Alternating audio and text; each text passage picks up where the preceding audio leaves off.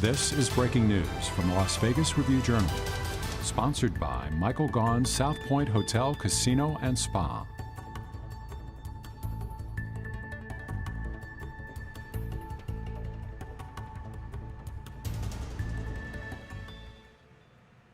Good afternoon, everyone. I'm Jen Ah, coming to you live from the Review-Journal studio.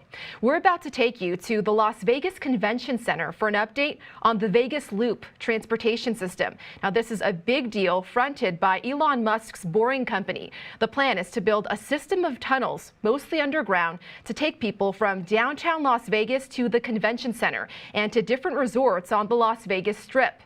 Eventually to UNLV, McCarran International Airport, and Allegiant Stadium as well. This 15-mile system is being built, again, as we mentioned, by Elon Musk's Boring Company. Now, it looks like, let's take a live look at the convention center where this presser is about to start. Looks like someone's already talking. Let's take a listen. To those stations and then back from those stations down into the main tunnel. And that's what makes the system an express system. So you don't have to stop at every station along the way. You can get in the car here, you can go straight to where you want to go without stopping. There aren't traffic lights, there are not stop signs, there are not stations you have to stop at along the way. So it makes the trip really convenient and really quick, and will allow our guests and our visitors to experience everything Vegas has in a really fun and efficient way. Right, so if you're in downtown Las Vegas, you can just tell your driver, I'm looking to go to Allegiant Stadium, and so he'll just take you straight there. He or she will take you straight there. Yeah, it'll be a 9 or 10 minute trip from downtown to the stadium.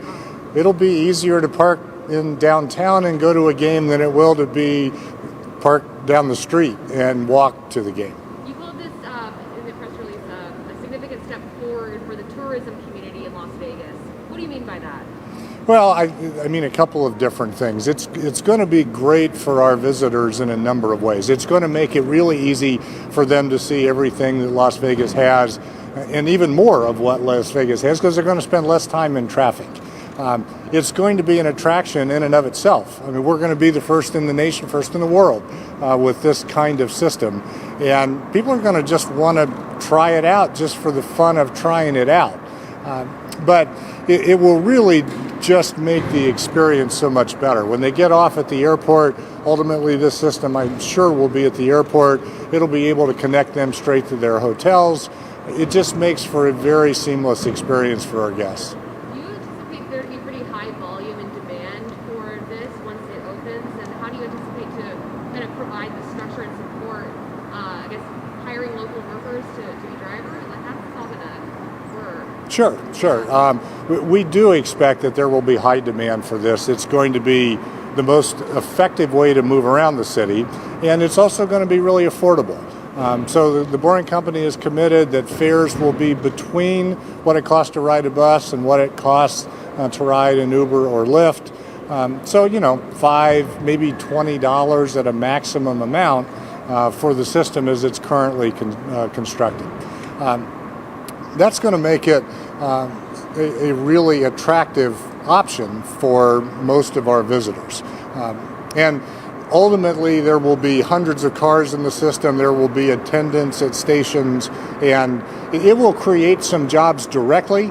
But I think the real impact it is going to have is the jobs that it creates throughout the city by just making Las Vegas a more attractive place. Yeah, right. And we also know that we've seen the map that shows several stations. McCarran Airport wasn't on the map, it seems, but apparently there are plans for that. Can you describe the plans for the airport and when that might happen? Sure. Well, and you can see there's a stub on that map to the airport. But once we get to the airport, we start to trigger interest and jurisdiction by the FAA and federal agencies. So that just takes longer. So we are working through that process, working with the airport. I think they would tell you they love the idea of the system there. It makes a bunch of sense. And we certainly almost know that will happen in the future. 5 to 10 years? Would you If it took 10 years, I'd be really disappointed. So would a lot of other people. Can you kind of speak to just the revolutionariness of this? I mean, this is taking this concept that's been floating around for, 5 years now, since the Boring Company started, and now it's finally going to be put into practice. It's finally going to happen here in Vegas. Yeah, it's actually happened in 3. They've been here. I started talking with them in June of 18, and then started talking with the county so that they were in that conversation all along. We've talked to virtually every property owner, not just the resort hotels, up and down the resort corridor. They're all excited about it as well. It is, it is a very innovative thought and concept, and it fits Vegas. It's who we are. The technology involved, now if you see the boring machine itself, it's a pretty complex piece of equipment in a lot of different ways, and it's pretty fun to take a look at. But it's a tunnel, it's an asphalt road, it's cars. So from a pure technology of the system, once it's up and running, it's not individually complex. The innovation comes from how they're put together and the concept behind allowing it to be an express system, allowing the kind of capacity that it has, allowing a system that can be built for a relatively affordable amount. Certainly affordable for Vegas, because there will be no public money in this project. This is all being financed by the boring company, or the stations themselves will be financed by the properties that will have those stations.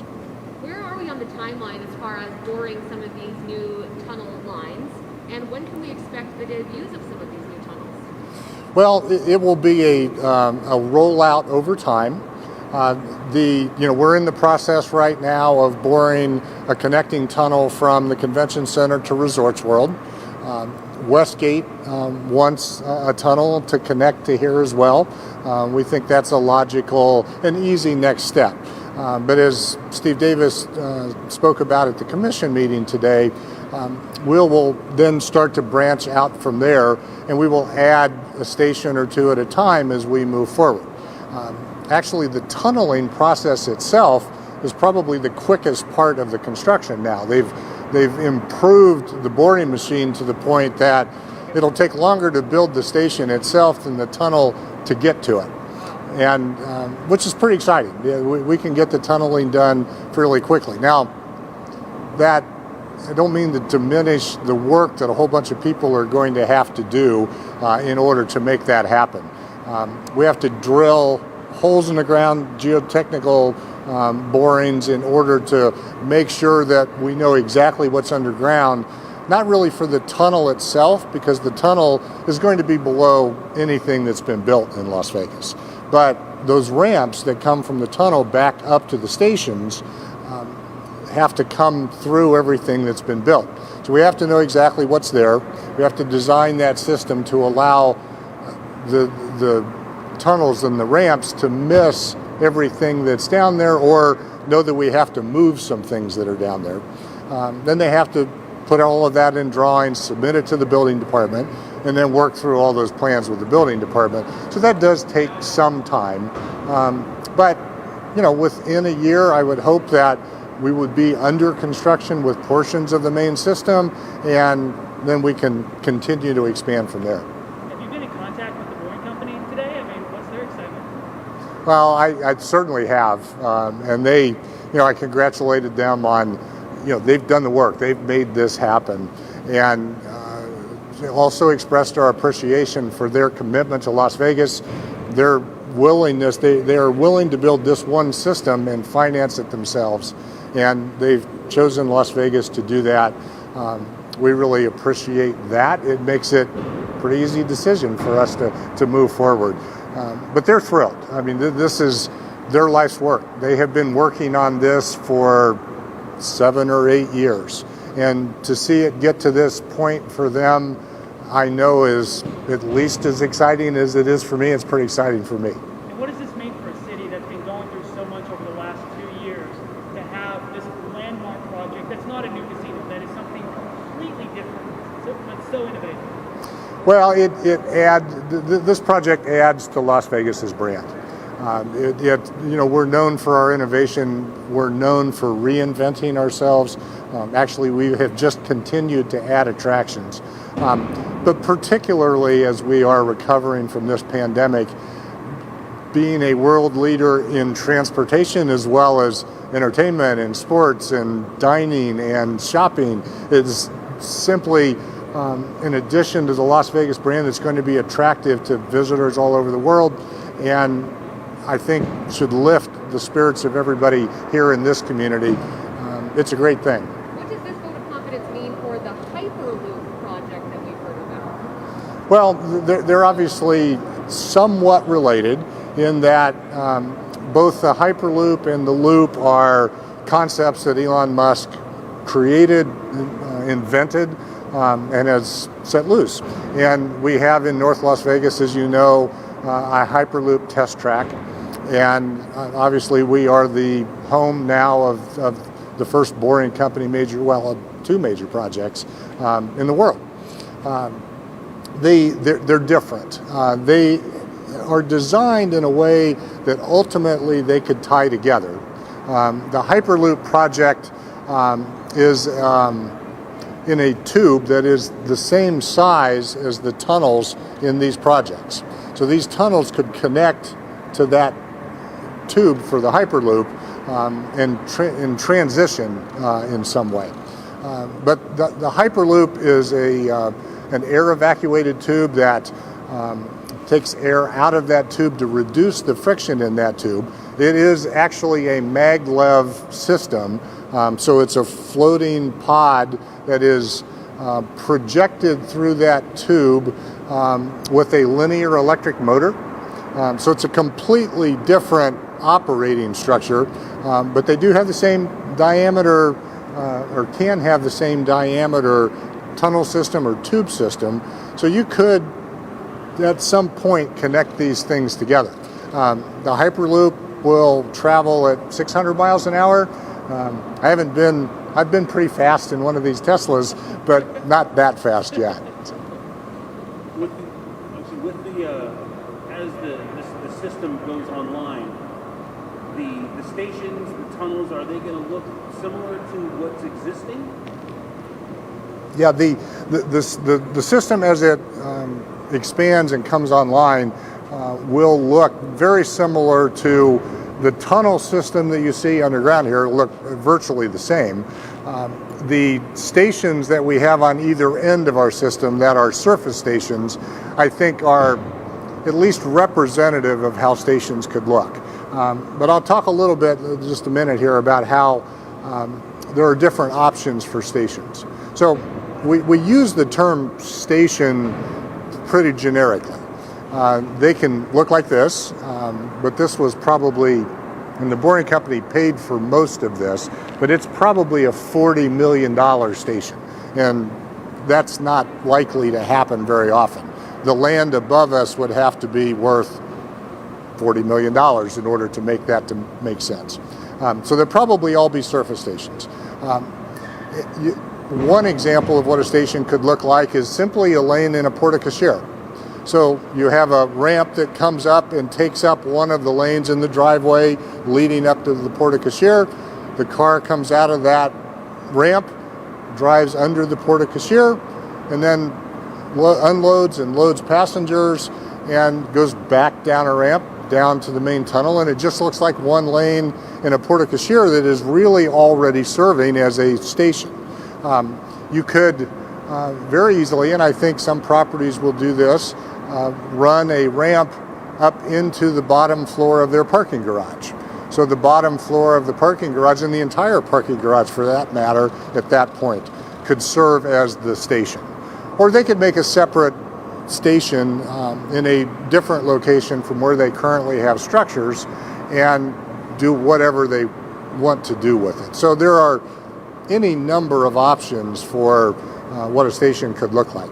At Allegiant Stadium, I think you'll just see ramps coming out of the ground into the surface parking lot, and you'll be able to get out of those cars right in that lot and just walk right into the stadium there. So lots of different options. I know each property will go through a process of figuring out what makes most sense for them. Before we conclude, I just want to make sure Mick and Brian, if you guys have any questions, you have the opportunity. Yeah, so as far as when this gets built out, the tunnel, so could you like just build out the tunnel without making any mistakes along the way and kind of go back and do that? So say you want to connect the stadium from here right away, could that be possible, or is that in the plans? Yeah, and in fact, yeah, we can build out and probably basically will build out the full tunnel and create the ramps off of that as we go, but the tunnel has to be made and you have to actually punch through that tunnel for the ramps. So you can do that in the initial construction process. You can come back and do it, but if you come back and do it after the system is up and running, that's a very, at best case, a complex scheduling situation because you'll be interrupting the operation of that main tunnel. So we want to do it in the initial construction process, but it doesn't preclude coming back and adding a ramp to a station later. What would probably happen then is we would create a diversion tunnel so that you could divert into a new tunnel link while you were creating that ramp and that punch into the tunnel. Right, and then also there's been plans for the Encore to have a link in here as well. Is that still underway? What's the latest on that? Yeah, there's no schedule for it right this minute, but that is still a planned connection. So it's making sure it works for the wind, making sure it works for our shows, and making sure that there's a boring machine available to do it when all those things line up. Right, and it's tough to get the building permits and such, so you know, if Yep. things going. So have they like give you like a time frame when, hey, we might start going under a certain point here? I know it's kind of, they got like a 3-year period basically to get a portion of it going. Yeah, I would think that within a year we could start construction of a portion of the main system. That is our goal, at least at this point. Right, and then that full build out, is there like an estimated amount of vehicles that can be in the system at once, and how many will be in the use at a single time? Well, and if I understood the question right, is once the system's completely put together, how many vehicles will be in it? 51 stations are up and going. Yeah, it certainly is going to be based on demand, but a number that we've kind of kicked around is about 700, but that's certainly not a number that is, definite, or it's kind of a projection. But because they're just Teslas, it's a pretty easy number to flex against. So that's more of a guess than anything else right now. Is there a plan to higher capacity vehicles like those suggested earlier on? We're still having conversations about higher capacity vehicles.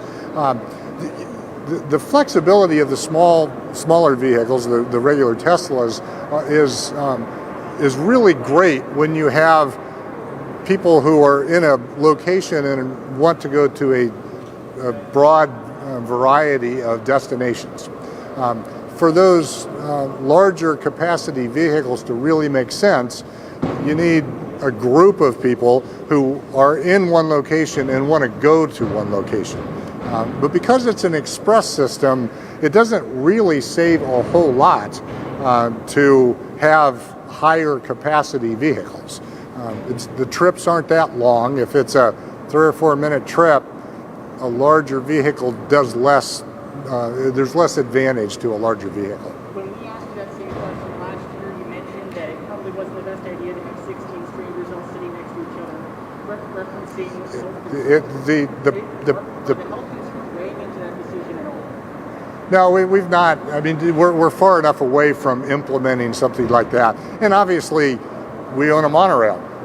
There's a lot of people in a train and a monorail, so I mean, it works. It's fine. But the enthusiasm for larger vehicles certainly waned during the pandemic. We have time for one more question. Janelle, can you expand a little bit on how this can help? People like to talk about parking for trains at Allegiant.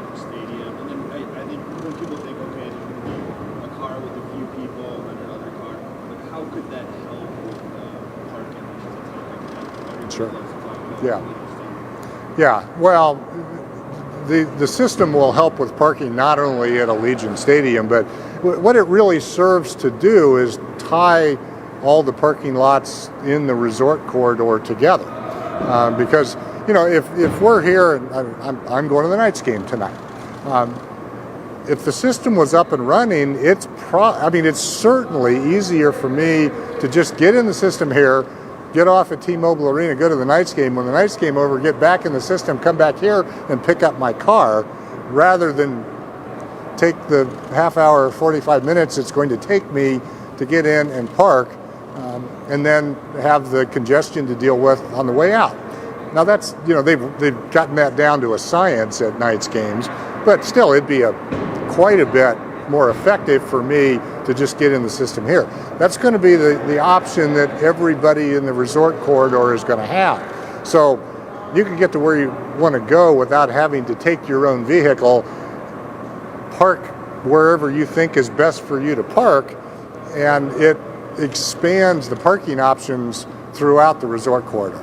That'll make a huge difference at events at Allegiant Stadium, because for the most part, people can park up and down the 10-mile resort corridor, and park here on a Sunday for a game at the convention center, be at the stadium in 5 minutes, and get off right next to the stadium. Okay, thank you guys for coming out. We have a press release, a printed one for you, if you'd like. Thanks, everybody. Thank you. Appreciate it.